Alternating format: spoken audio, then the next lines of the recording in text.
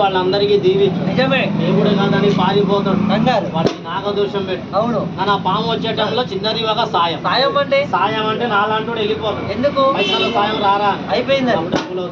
నాట మీకు నచ్చిందా? నచ్చితే నీకు దేవుడు ఇచ్చాడా? ఇస్తే నీ జేబులో ఉందా? తెల్లంగా. ఒక 5 రూపాయలు నాకు ధర్మం ఉంచు. లేవు. పాముకి పాలు. నీ దగ్గర ఒక 5 రూపాయలు లేవా? ఒక 2 రూపాయలు ధర్మం ఉంచు. ఆహా. లేకపోతే పర్వాలేదు. లేదు. నా బాబు సొమ్ము మీ దగ్గర ఉండదు. అది కరెక్ట్. దేవుడు మొహం చూసేళ్ళు మంచిది. అవును. ఇది దేవుడు కాదని ఆ. నాగదోషం.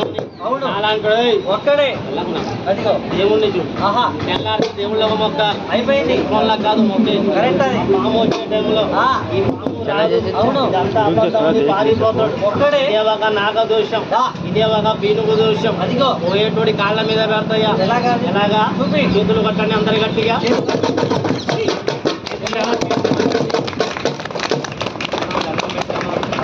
ఉంటే ఒక 2 రూపాయలు 5 రూపాయలు ధర్మం ఉంటాయి. లేదు. లేకపోతే వద్దు. ఆహా. నాలాంటుడు పారిపోతాడు. అవును. నాగరాజా చూడు. వాడికి పెట్టు నీ నాగదోషం.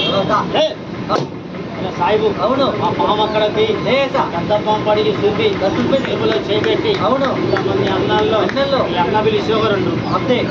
1 రూపాయి. 1 రూపాయి. 1 రూపాయి. అది ధర్మం. అని అక్కడ నేనే అన్నాడు. అది ధర్మం. ఆహా.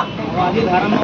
అవును. ఇచ్చేటోళ్ళు 10 మంది ఉంటే చాలు. అది కరెక్ట్. నా బిడ్డలు బతుకుతారు. అది నిజం. నాలాంటోడు చూసి చూసి చూసి ఆ. ఎందుకు ఇవ్వాలని పారిపోతాడు. అది నిజమే. వాడు ఎవడు నేను బతకను.